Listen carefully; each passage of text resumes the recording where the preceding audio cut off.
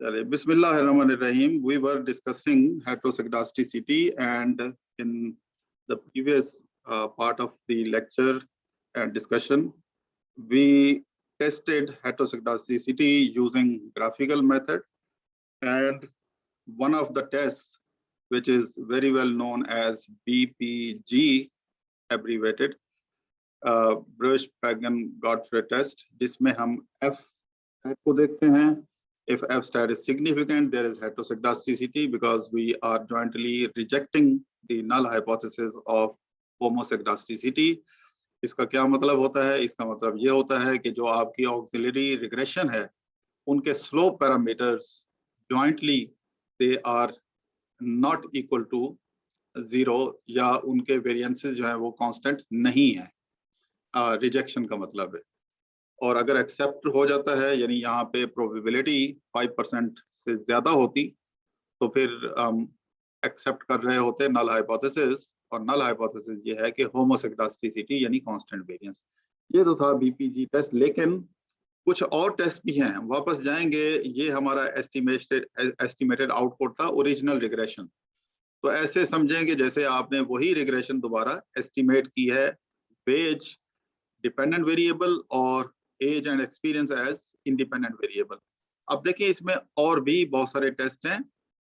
इन सब को LM test भी कहते हैं, क्योंकि इनके अंदर आप सैंपल साइज को ऑक्सिलरी रिग्रेशन के आर स्क्वायर से मल्टीप्लाई करते हैं और फिर उसको काई स्क्वायर डिस्ट्रीब्यूशन से आप कंपेयर करते हैं. तो देखते हैं, ये हमारी ओरिजिनल रिग्रेशन, ये residual diagnostics, this is the path, और ये हेटरोजिगोसिटी टेस्ट की ये लिस्ट है कंप्लीट.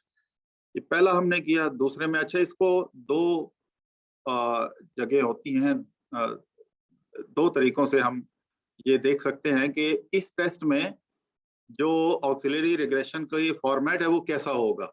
एक तो ये स्टेज होती है, जैसे ही आप ये कर्सर को मूव करते हैं तो ये सामने ये उसकी फॉर्मेट सामने नजर आती है. ये रेसिडुअल स्क्वायर लिखा हुआ है और ये वेरिएबल्स के नाम है. दूसरा इसी तरह हार्वे में इसका मतलब है log of the residual square, और नीचे ग्लेशियर में absolute value of the residual.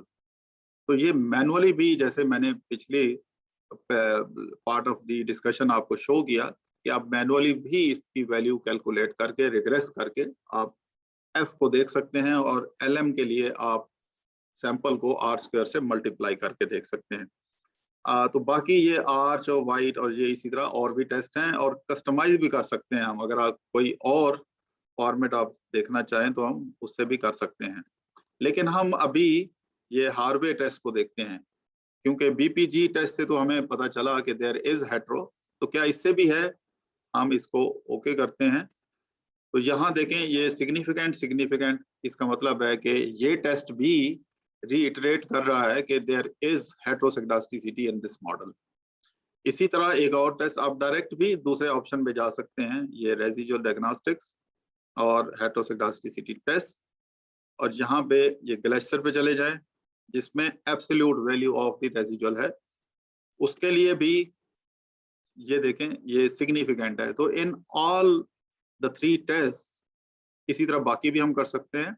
In all the three test we have proved the significant amount of heterozygosity in our model, wherein the mu square, the variance of mu is actually changing with the values of independent variables and the predicted value of the dependent variable wage.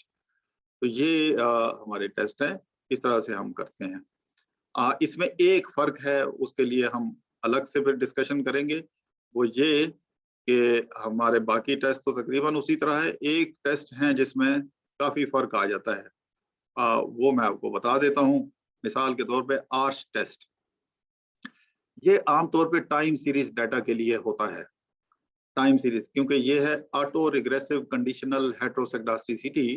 क्योंकि अभी हमने auto regressive या auto correlation का concept हमने नहीं पढ़ा हुआ, तो इसको हम उस वक्त डिस्कस करेंगे जब हम ऑटो कोरिलेशन पढ़ लेंगे. तो यहाँ in short you can remember कि ये उस वक्त यूज होगा जब आपका टाइम सीरीज डाटा हो.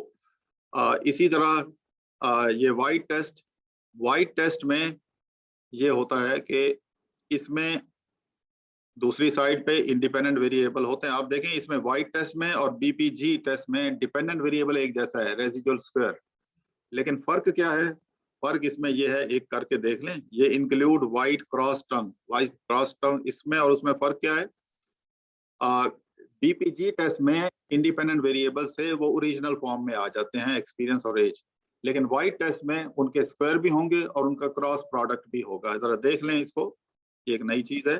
ये देखें, एज स्क्वायर भी है, एज मल्टीप्लाई बाई एक्सपीरियंस भी है, और ये एक्सपीरियंस स्क्वायर, और ये बीपी टेस्ट की जो लिमिटेशन है उसको ओवरकम करता है। Thank you.